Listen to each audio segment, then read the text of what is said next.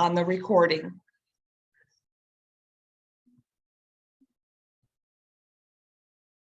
This evening, our speakers are addressing a very important topic. And the League of Women Voters of Toledo-Lucas County wanted to be more informed on reproductive rights and also our state constitution and how it's going to be impacted by laws that are coming down the pike and whatever information we can actually learn.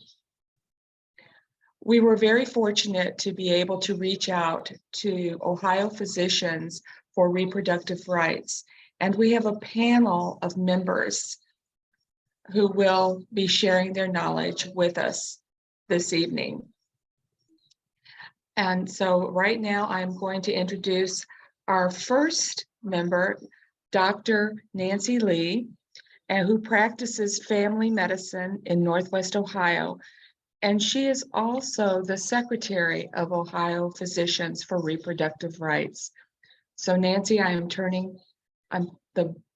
speaking over to you. Thank you. Hi, thank you. So thanks for inviting us. I really appreciate you guys inviting us here today to speak to your membership. With me today are a few of our executive board as well as board members, and we'll do a round of introductions. The purpose of us coming here today is we wanted to share with you about our organization, Ohio Physicians for Reproductive Rights, which we call OPRR because that's a mouthful. We want to share with you about our newly launched coalition, Protect Choice Ohio. And we also want to share with you more about why we know that a citizen-led constitutional amendment for abortion access is a worthy goal and it's a feasible goal for the November 2023 ballot.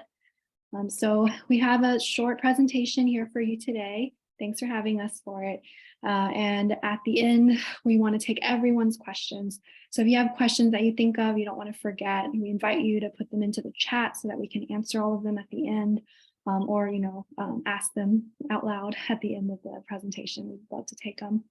And to get started, we'll start a round of introductions. I'll go first. I'm Nancy. Thanks, Darcy, for inviting me. I've been telling people that in my day job, I am a family medicine physician working at a community health center. I also function in a secretary role for Ohio Physicians for Reproductive Rights. And I got into this, into what I do because I grew up, my parents were immigrants. They were small business owners. They didn't have insurance. They went to a community health center for care because they didn't have insurance. And barriers to healthcare access is really important to me, something that I'm constantly working towards breaking down, which is a part of why I work where I do in a community health center. And so it's important to me also to not have barriers to abortion access either. I'm going to pass it off to Aziza to introduce herself. Good evening, everyone. I'm Aziza Wabi. I am a dermatologist in Cleveland. I am the treasurer of Ohio Physicians for Reproductive Rights, and I am so honored to be in that role. I became involved in this campaign because I feel so strongly about a woman's right to choose whatever she wants, and for her to choose to have bodily autonomy, to choose whatever she wants to do for her future. So, and I have many friends and, loved ones who've had abortions. And I just think people need to understand that it's a normal part of life. So with that, I will introduce Dr. Lauren Bean, our executive director. Hi, everybody. I'll echo that it's an honor to be here. Thank you so much for having us. My name is Lauren Bean. I am a general pediatrician in Northeast Ohio, and I'm one of the co-founders of Ohio Physicians for Reproductive Rights. and I function in the role of the executive director. As a general pediatrician, you might not think of me as being somebody who would be, you know, out in the forefront campaigning for reproductive rights. But I am for a lot of reasons. In particular, I've seen how this impacts children, especially teenagers. I take care of patients who come from a wide range of socioeconomic backgrounds. And on the first day of not having access to abortion, that Monday after the Dobbs decision, I could already see the social disparities of health coming to light. And so I'm here with this amazing team, and I'm not giving up. And I'm going to hand it over to Dr. Birkin so he can introduce himself.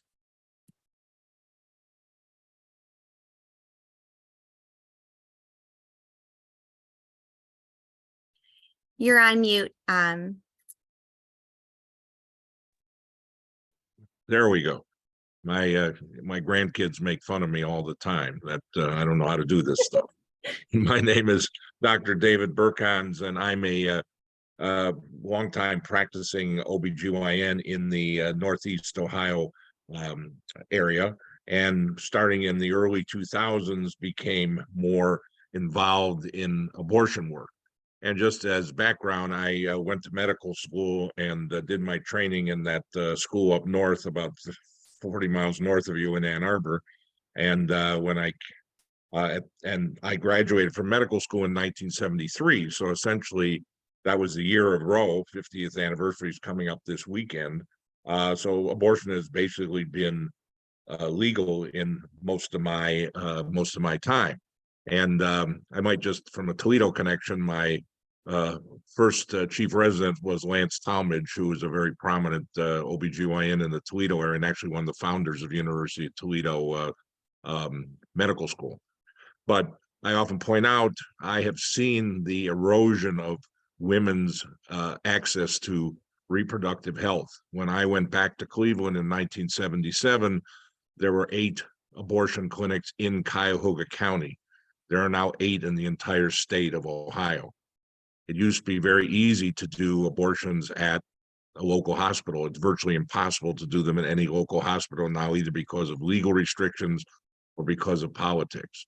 And after Dobbs, I was approached by particularly Warren about this new group they were starting. And my initial thought was, well, that's very nice. We've heard all this before. I'll never hear from you again, and kind of lost track for a month or so.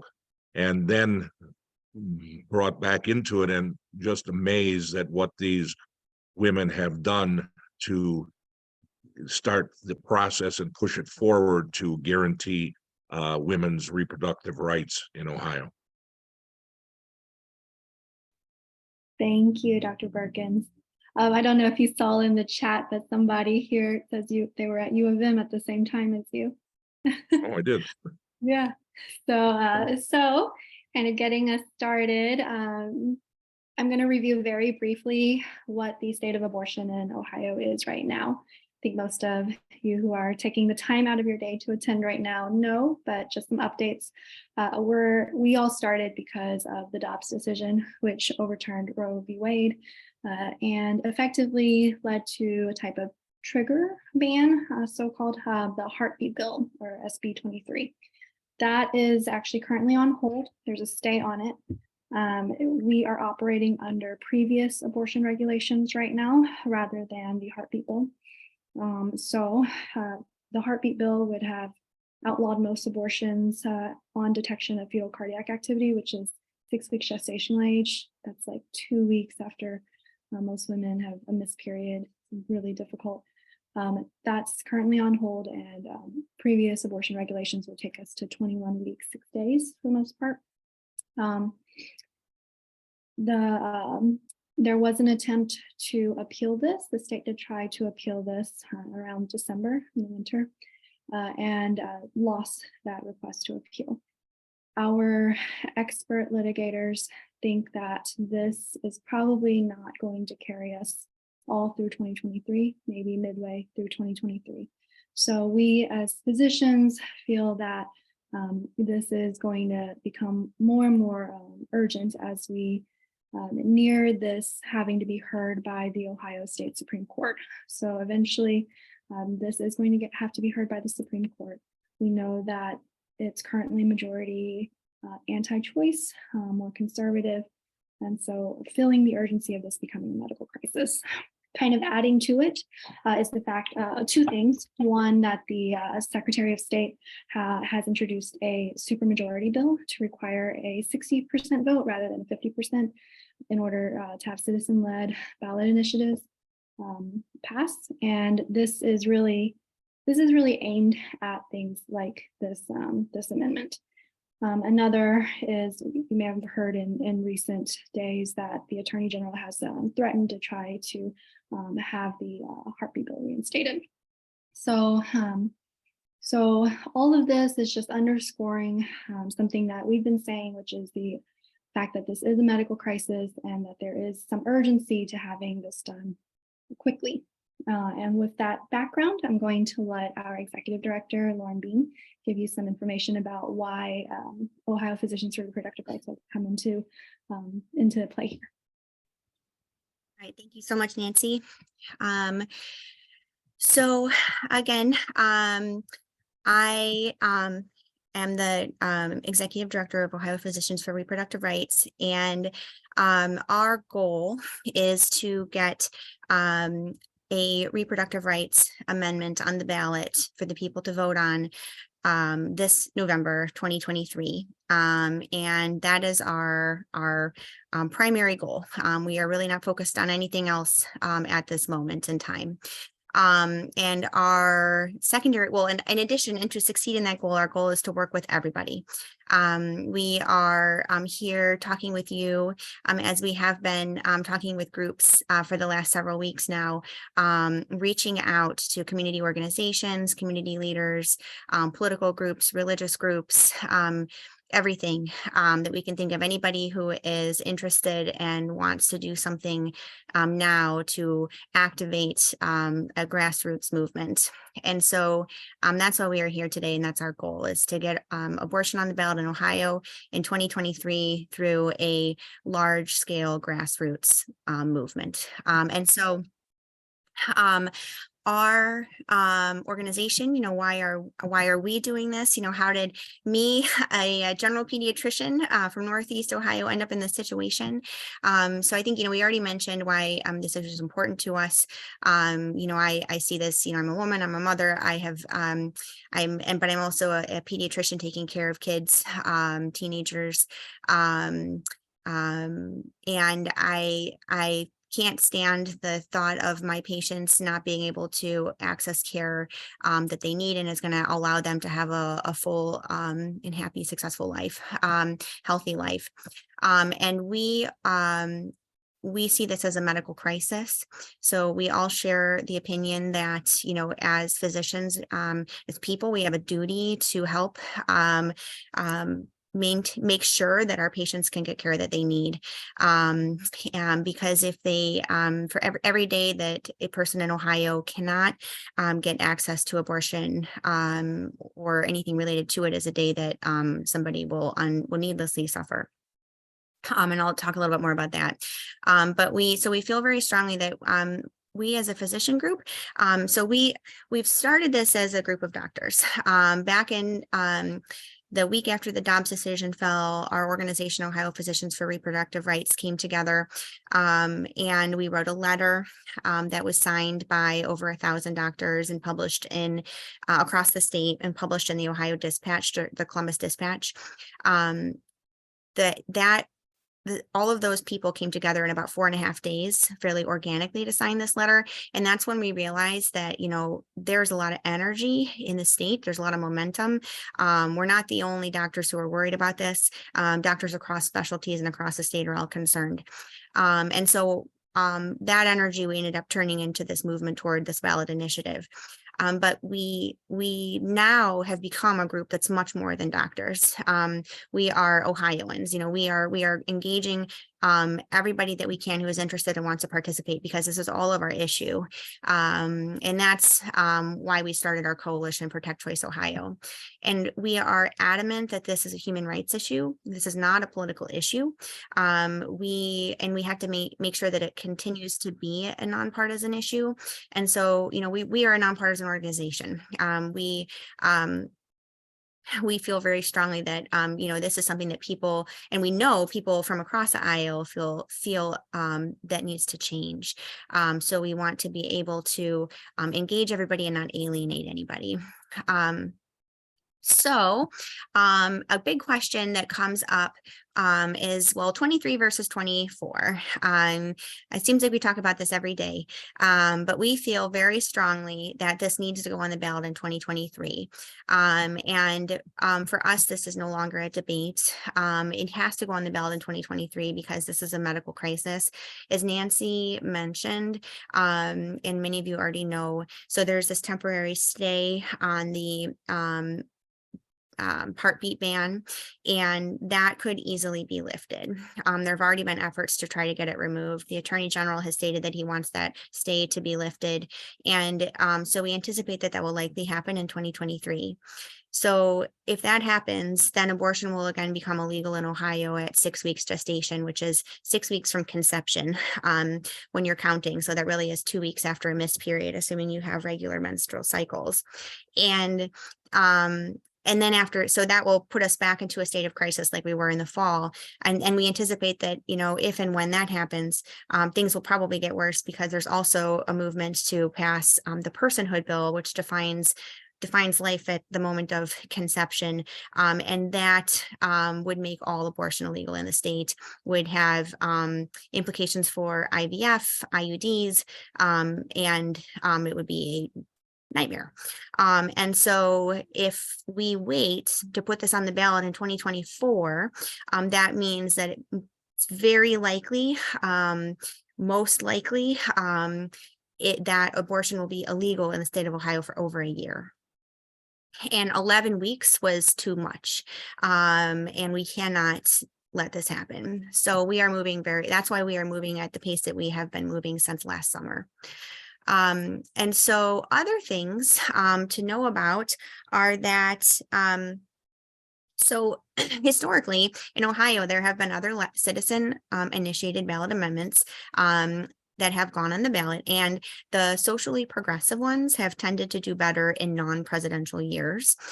So for example, collective bargaining, raising the minimum wage, and this a smoking ban in public working places, those all were passed in non-presidential years. And in the last 20 years, the only citizen initiated constitutional amendment that was successfully passed during a presidential year was actually the marriage amendment, which defined marriage as being between a man and a woman. So at least in the last 20 years, the ballot initiatives that are kind of more socially progressive have done better, have passed in non-presidential years. And so in looking ahead at 2023 versus 2024, 2024 is going to be a crazy year for politics. It's a presidential election year. Sherrod Brown is up for re-election, and there's going to be a lot of other ballot initiatives on the ballot. And we, if we wait until 2024, this will become heavily politicized as the different two parties will, no question, use this issue for their party's gain, whether it's the Democratic Party campaigning with this as being, pro-choice, or the Republicans campaigning against it.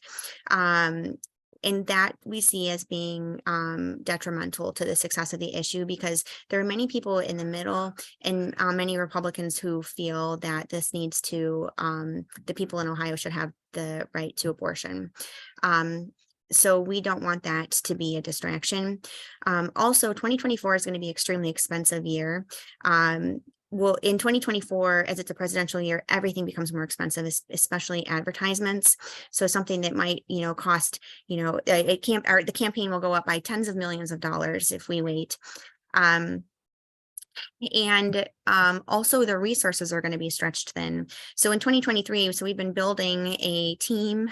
We've been reaching out to pollsters and signature collection firms, all of these companies that are available now, but in 2024 are going to be, in high demand.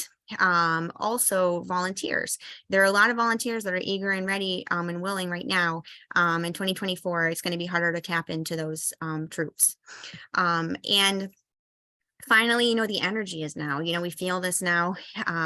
We've been, we just saw a very successful election cycle with regard to ballot initiatives in 5 other states, where the people in those states all voted to protect people's access to reproductive health care, including abortion. And not only are we feeling that energy from a volunteer base and grassroots organizations who are compelled to do something, but also in terms of funding. So numerous people have come to us asking how can they donate. We have formed relationships with leading members of the business communities who have themselves formed coalitions working to fundraise among CEOs, and that energy for both the boots on the ground and the money to fund it, we're feeling now, and we feel like we can't miss that opportunity. But again, most importantly, medically speaking, we feel like this has to happen now for our patients. And so I'm going to shift topics and talk a little bit about the process. So how does this work, and where are we in it right now? When you're talking about putting a citizen-initiated ballot amendment on the ballot for the people to vote on, we look at this in 3 phases. So the first phase is getting it going, building our team, building our infrastructure, which we've done, writing the language, testing the language, vetting the language. We have written language. We are putting it in to be polled, and that is done, and is nearly done. The polling is about to be done. Also, and once that language has been pulled, then it's submitted to, well, actually first we collect 1,000 signatures, which is not too hard. There's no limitations on those signatures. They just have to be registered voters in the state, anywhere in the state. And the language plus the 1,000 signatures is submitted to the Attorney General's office. And the Attorney General then has the job of saying whether or not the language is fair and truthful. So we know that Attorney General Yost is not necessarily our friend with regard to this issue. We know that he's going to bounce it back. Historically, these ballot initiatives have been bounced back about 2 times on average. So mostly because his one job is to declare whether or not it's fair and truthful. And so you can really only take that so far. If it did become an issue, it would end up going to the Supreme Court if we had to battle in courts over it, but we don't think that that's going to happen based on what's happened in previous years. So then after that comes back to us, then we start preparing for phase 2. Well, actually, then we move on to phase 2. Right now, we're actually preparing for phase 2. Phase 2 is the massive signature collection drive. And so that's what phase 1 is almost done. Phase 2 is what we're really planning for right now. So phase 2, once the Attorney General has given the first seal of approval on the ballot language, after collecting that 1,000 signatures, then we have to collect a lot of signatures, so in order to get it on the ballot. And so in Ohio, the number of signatures that you need is equal to 10% of the number of people who voted in the most recent gubernatorial election. So in Ohio, in the November of 2022 gubernatorial election, there were 10% of that number is 403,000. So that 403,000 is the minimum number. And in Ohio, there's a requirement that those signatures have to be, they have to come from 44 of the 88 counties. We know that the vetting process of the signatures has to go through the Secretary of State's office, and Frank LaRose is also not our friend with regard to this issue. So we are planning to collect twice that many, assuming that they'll find all sorts of reasons throughout signatures. So our goal is to collect the 800,000 signatures. And those signatures, once collected, are then submitted to the Secretary of State's office, and that has to be 125 days before the November election. And so that is, I think it's like January or July 5th. So we plan to submit in late June. And and I should also mention that that signature process where we're collecting 800,000 signatures, we intend to be a combination of volunteer and paid signature collection. So our goal is to get about 30% of the signatures from volunteers and then the rest paid. And if we have to get more paid, we will get more paid. It's just as more expensive. And so this is where we're really asking for help for volunteers is in the signature collection process. And in previous years, in previous ballot initiatives, the average number of days that it has taken people to collect sufficient signatures to get something on the ballot has been about 120 days. And assuming we are following our timeline, which will get us into the field collecting these 800,000 signatures by early February, we will have 150 days to complete it. So we believe that we have sufficient time to be able to collect all of these signatures. So it's submitted to the Secretary of State's office, and then the Secretary of State goes through, makes sure that all the signatures are coming from registered voters, and the signature was signed in the county where the person is registered to vote, and there are all these other things that they look for. And then after they've cut out the signatures that they do not want included, if we are below 403,000, then we have 20 days to get enough signatures to make up the difference. And after that, then it goes back to the Attorney General's office, Secretary of State's office. So that brings us to phase 3. So phase 3 is the expensive part. That is where we do the information marketing campaign, advertisements, TV, radio, internet, everything. And we anticipate that in Ohio in 2023, this will cost at least $20 to $30 million. In Michigan last year, the pro-choice side raised $48 million and spent $44 million. The anti-choice side raised at least what's documented as being about half of that. However, I think that the thought is that there probably was more money there than what is actually shown. So it's going to be a lot of money. And again, this is one of the reasons that, one of the many reasons that has to happen in 2023 is because in 2024, it's going to be astronomically expensive. Again, so we are rounding the corner on phase 1. We've got the plan in motion for phase 2.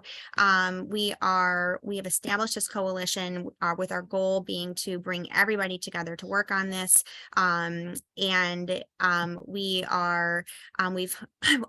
We've been hiring actually the team that's going to be coordinating volunteers. So we have a statewide field coordinator. We are in the process of hiring our regional coordinators and have awesome people who are onboarding for that. We have our whole team is growing around this campaign to collect signatures from a volunteer base while also getting our paid signatures as well. And we feel that, like for us, like I think I can speak for all of us when this is really democracy in action, what we're doing. I mean, it stinks that we're in this situation. We'd much rather not have to be doing this to protect our rights, but it's also this really, really remarkable thing that, we can all come together across the state and all stand up and be the voice of the people together to, change our Constitution, to protect the people of our state now and for the future generations. And so with that, I'm going to hand it over to Aziza Wabi, who is going to tell us a bit about the history of ballot initiatives. Okay, I'm back. Here I am to give you a little history lesson, but I think you'll enjoy this.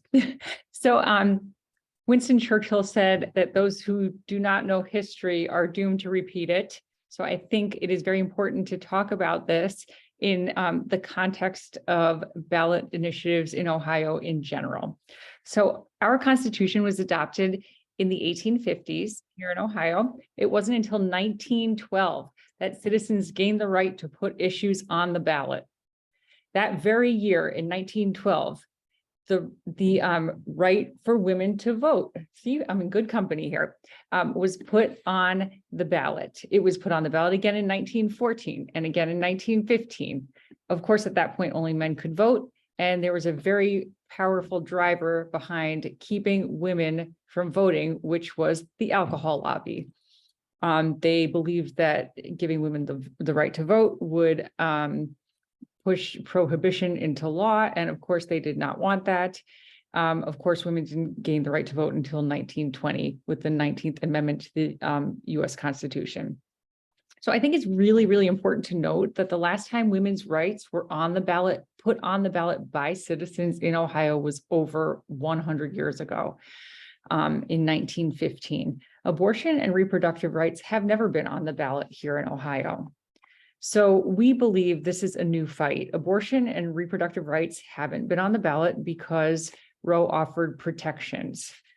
We believe, as do our allies, the larger, more established organizations, they agree that a nonpartisan organization, or at least one that is perceived to be as nonpartisan, is going to be critical in attracting enough people to pass this legislation.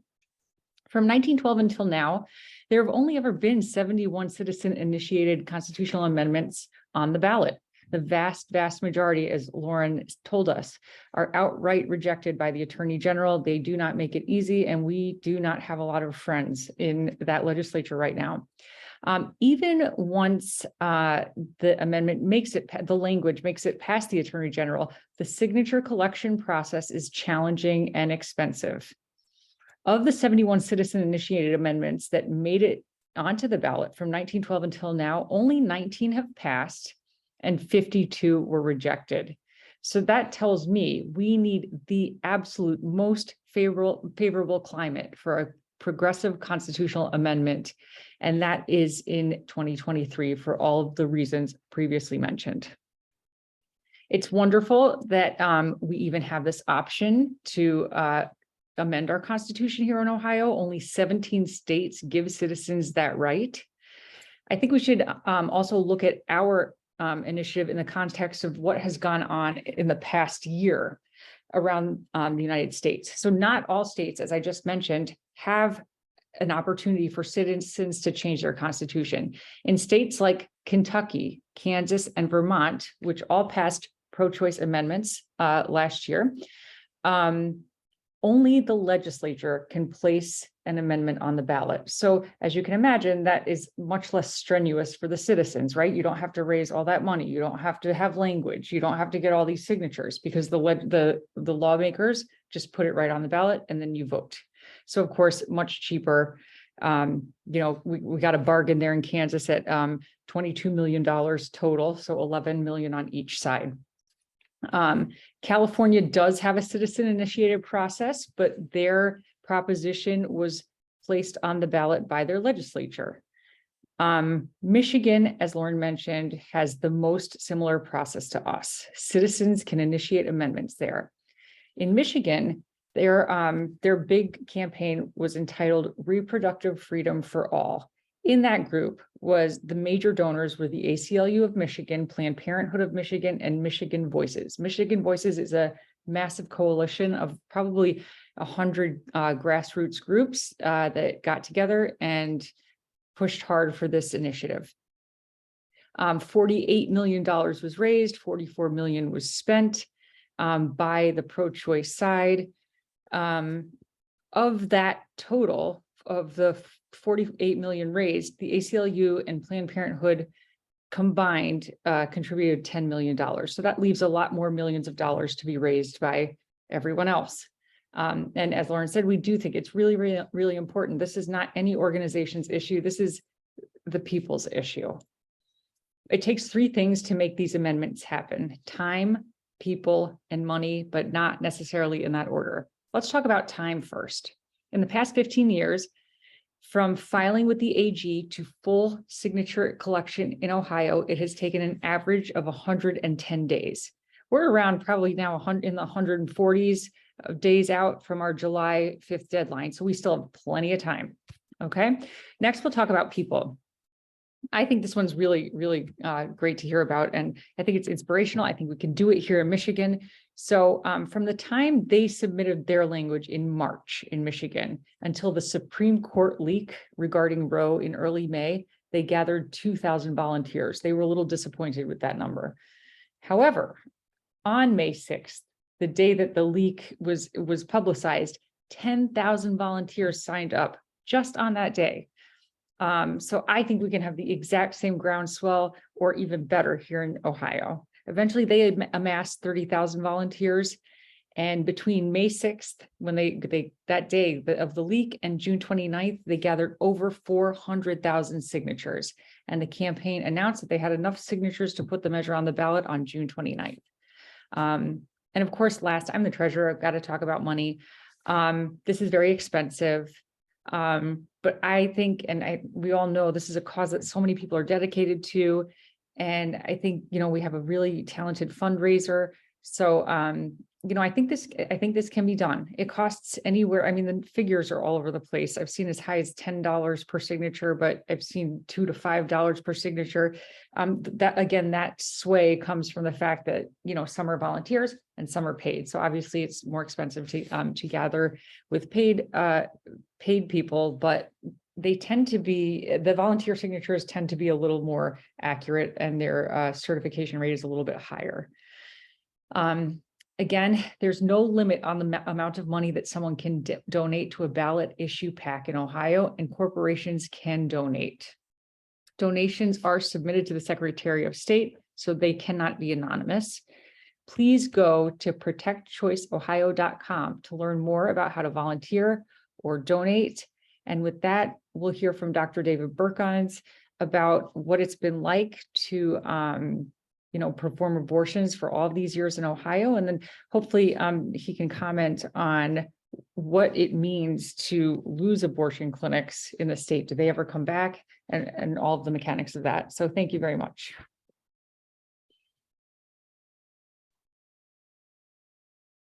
Okay.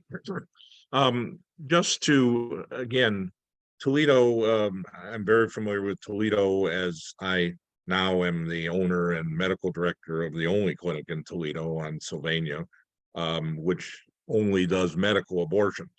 One of the problems in Ohio, as I said, abortion has been under attack for a long time, but starting in 2012, with the incoming of the Kasich administration, both the state medical board and the Ohio Department of Health were politicized against abortion.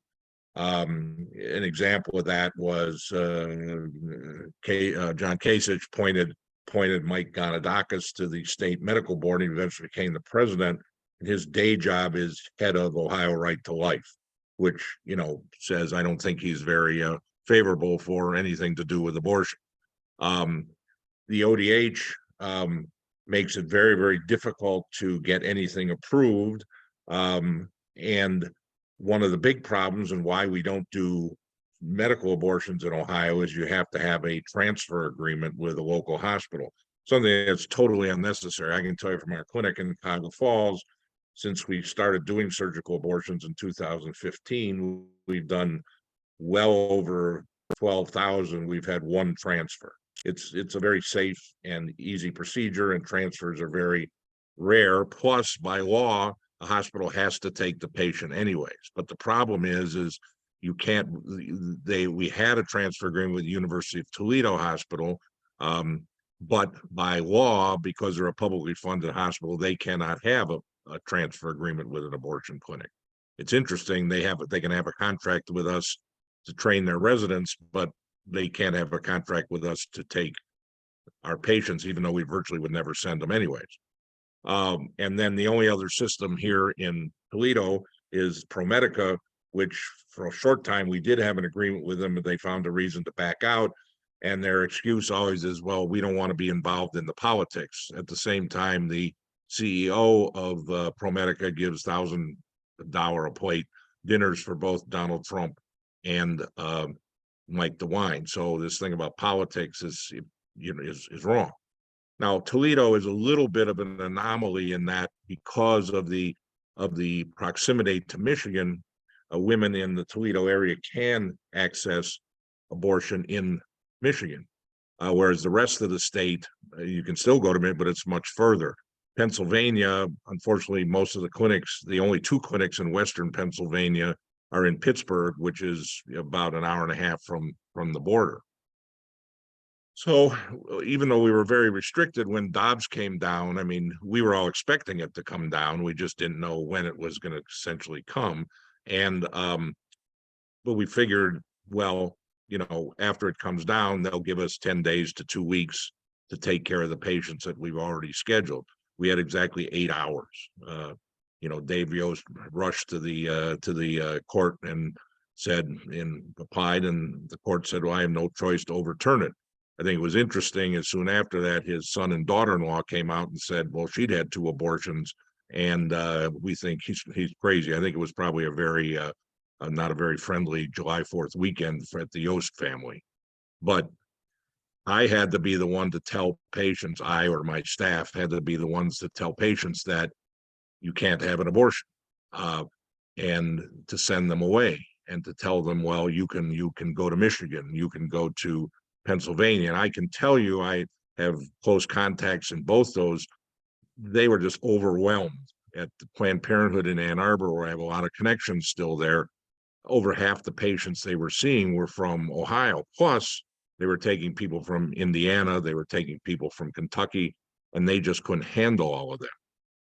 And our clinic, we worked hard to try to get people in as quickly as possible. And as I said in the chat, it's really only 4 weeks after conception that the fetal cardiac activity appears, and usually within 2 weeks after the missed period. Well, the patient, once they find out they're pregnant, they have to get an appointment, they have to come in for an appointment, and then we cannot actually perform the abortion, whether it be medical or surgical, for at least another 24 hours. And there were a significant number of people that we did not detect cardiac activity on the first day, but when they came back a day or 2 later, we did. And again, had to tell them, we can't do this. And to look and see and hear the fear and the disappointment and the frustration and the panic in women's faces and eyes is just something that made those 11 weeks just absolutely terrible.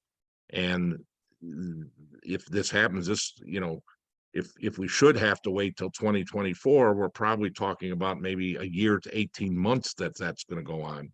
And it's just going to be, again, the people that have the wherewithal. It's always been, my father was an OBGYN, and women of means always could obtain abortion.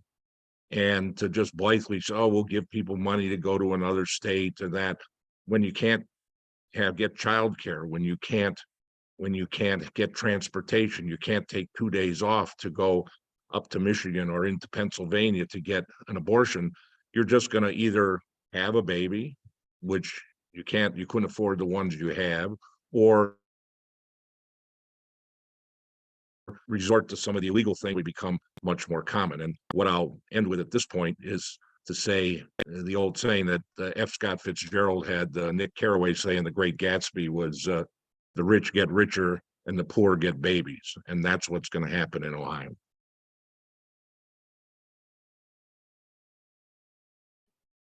Thank you, Dr. Birkin. It's always good to have you here and share your perspective as a provider.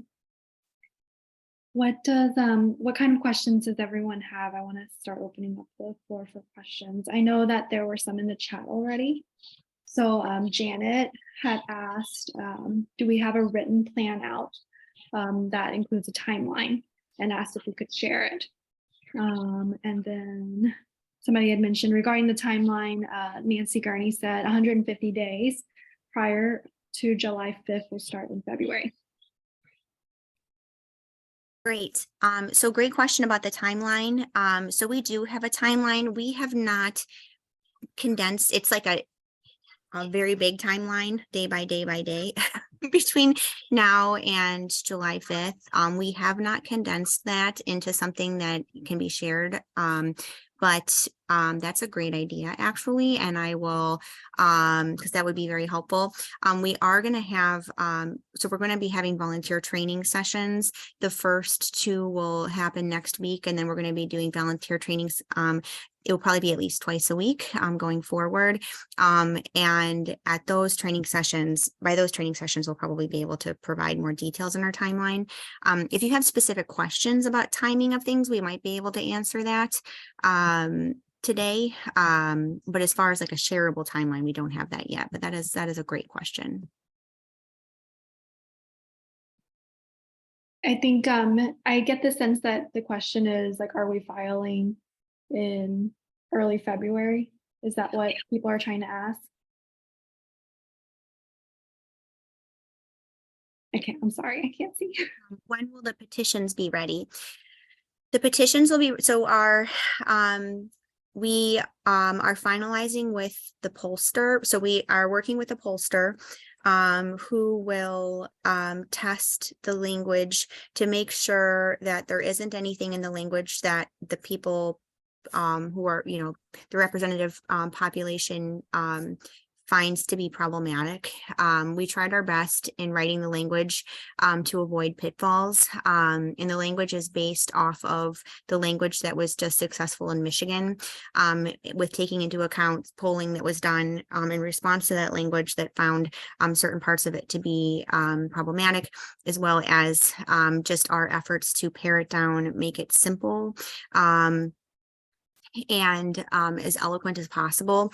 And so that language will be pulled, and that I think is going to take 2 weeks maximum is my understanding. And then when that comes back, we make any revisions needed and then submit. So the plan is like we're hoping for early February. Mm-hmm.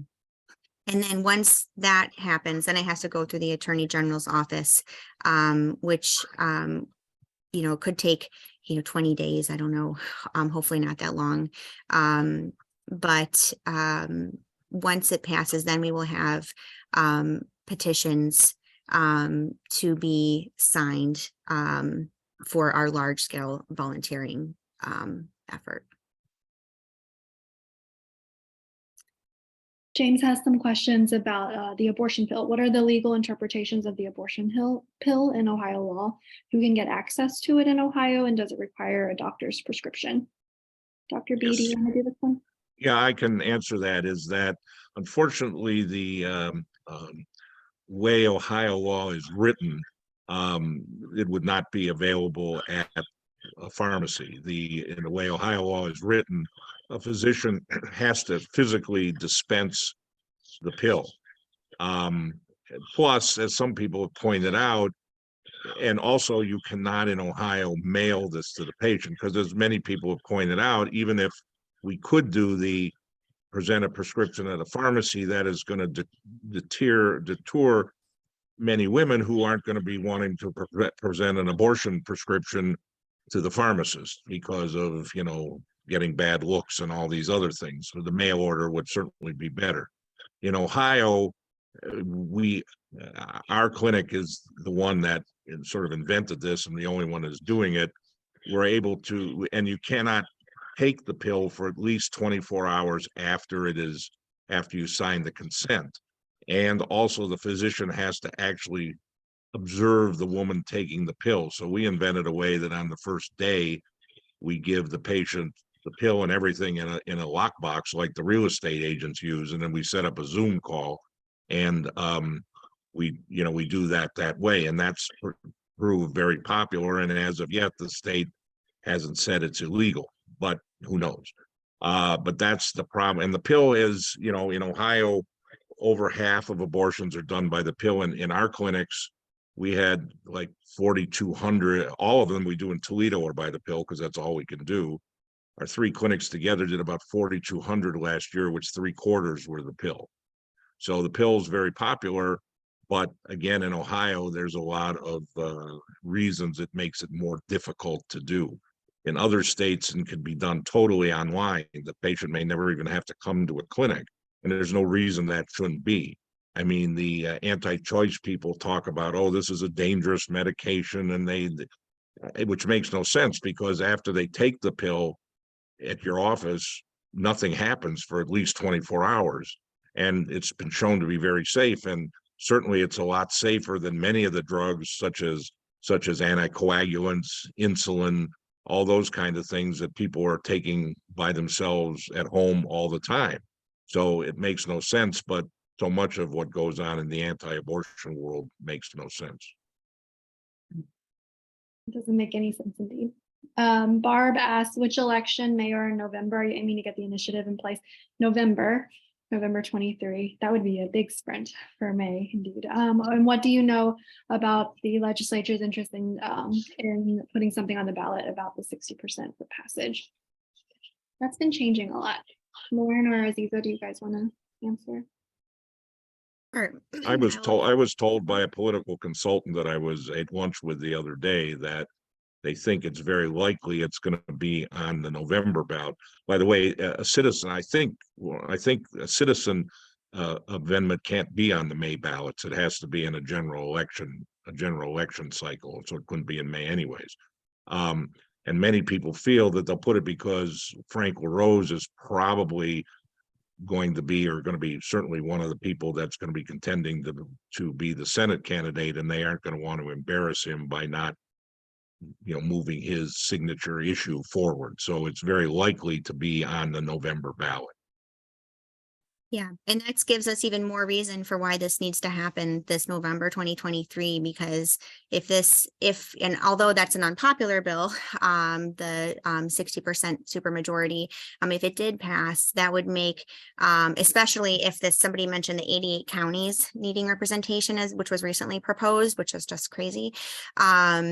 There's just more and more, there are more barriers that are likely to come to light over as time passes. And so by 2024, it could be harder to do this.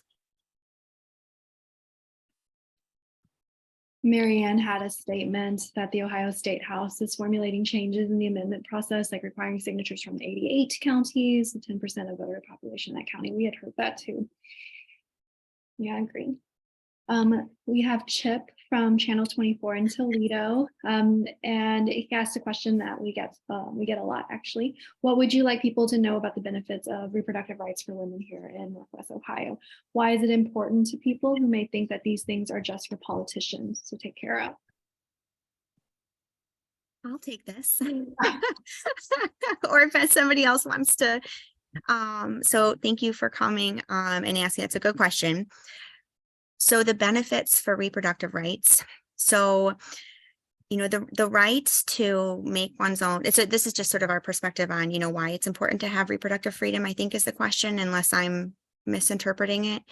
But reproductive autonomy, the right to have control over your own reproductive biology, your reproductive timeline, reproductive health is something that is extremely important for a lot of reasons. One, medically, pregnancies are complicated, and any restrictions to any aspect of pregnancy care that's imposed by a non-medical body, the government, is, as we saw last fall, causes unnecessary harmful delays. People suffer medical consequences, people die, and it's a really horrible situation. So that's for one. And, you know, I think as, you know, we know that this is an issue that affects all people of every gender. For me as a woman, you know, control over reproductive biology is something that allows women to compete in the workforce as men do.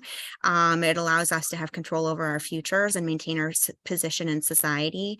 So there's a very strong, you know, feminist reason for maintaining control over our reproductive health.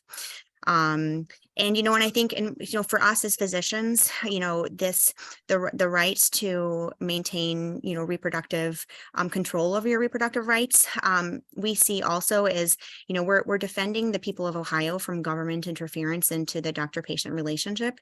You know, once the government starts interfering and dictating what care is and it is not acceptable, even if it's in this one specific situation, we see that as opening the floodgates for where the government can then interfere in other areas. So we feel like this is something that needs to stop for that reason. And we could talk forever about all of the medical implications of not having access to abortion, because abortion really is, it's a huge topic, lots of gray areas there. But those are some of my main concerns. If anybody else has anything they want to add.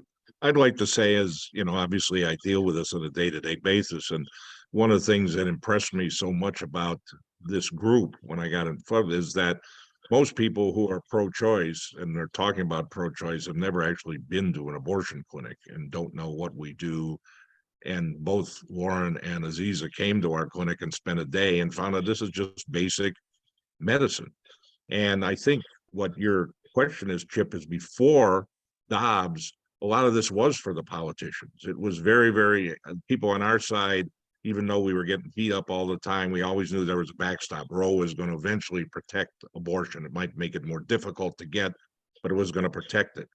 And on the right, it was very easy to rail against abortion, pass these restrictive abortion laws, knowing they were never going to go into effect. In fact, most of the time, the ODH would never even write the regulation to go along with the law because they why waste time? It's not going to happen. And I think a couple things that were pointed out today, up until Dobbs, the polling usually showed a small majority of people were in favor of abortion rights. And I think what Nancy talked about is that they were having a little trouble getting volunteers to get the signatures in Michigan until the leak, when all of a sudden oh my God, it's really going to go away, and people come out of the woodwork. And now the polling is in the 60%. And we see all the time where we in our clinic, particularly when I have my medical students with me or residents and we're talking to a patient, and I'll say to the patient, I said, you know, 2-3 weeks ago, you didn't know you were pregnant. No, I didn't know I was pregnant, doctor. Be honest, what were your thoughts about abortion? And I would say the majority of the women say, well, I was for it for other people, but it would never happen to me. I would never do it. And one of the things my kids have always gotten sick and tired of hearing from me through the years was an old John Lennon saying, is that life is what happens when you're busy making other plans. And suddenly they realize, geez, you know, I didn't think this would happen to me. And I tell the people, I say, there are other women in exactly your situation who might make a different choice.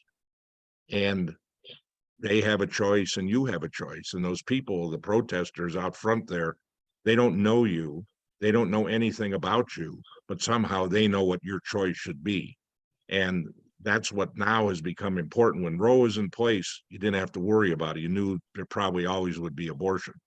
Now it really can go away. And that's why this is so important.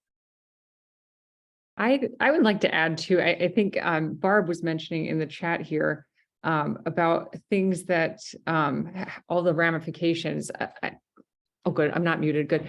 Yeah. So I'm a dermatologist. I think people would be surprised at how often I talk about abortion in my office. I play with the immune system for a living, and a lot of those drugs are category X. I have a lot of category X drugs in my formulary. So, I mean, I use isotretinoin, which is Accutane. It does have anti-inflammatory effects. And then, What is a category X medicine, Aziza? what was that?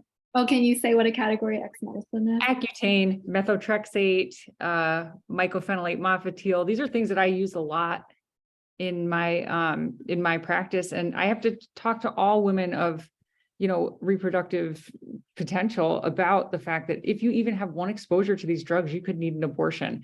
I mean, I get afraid of prescribing it and getting calls back from the pharmacy. I'm sorry, Nancy, you wanted me to define that. I'm sorry. Sorry, everyone. It's just I'm just talking. But I mean, even during COVID, I would get calls from pharmacists about hydroxychloroquine and ivermectin, right? So I can only even begin to imagine what will happen once, my psoriasis patient or psoriatic arthritis patient needs methotrexate, for example. It's an abortifacient. So, I mean, I think, that these implications are very, very far reaching. And thank you for bringing that up, Barb. Going back up, Also- James had a question. Oh. Also, we saw during this time that, again, things that you hear about really are true. People with normal miscarriages and ectopic pregnancies were very poorly treated in emergency rooms and even in doctors' offices because people were afraid that they were going to be accused of doing an abortion, and women were not treated in the way. If you went on your board exams for OBGYN and did what you did, they tell you go home and come back again next year because you're not following standard medicine. But people are afraid of being somebody turning them in and having, maybe you'd win the case, but you'd have to put up with the state board. I mean, again, Dave Yo said, oh, that 10-year-old girl that everybody talked about, who he said really didn't exist, she could have had an abortion. Well, the fact is there are large series, not so much in this country, in other countries, 10-year-old girls probably would be able to carry a pregnancy to term. So this young woman would not have been able to have an abortion in Ohio, no matter what they say. And these are the kind of things that will also happen with not just for abortion, but for normal medical care, let alone things like IVF and all that sort of stuff that's going to be impacted. James, did you have a question? James Hill? Are you still there? I'll ask it out loud. No, I don't have a question. Oh, okay. Does anybody have any more questions?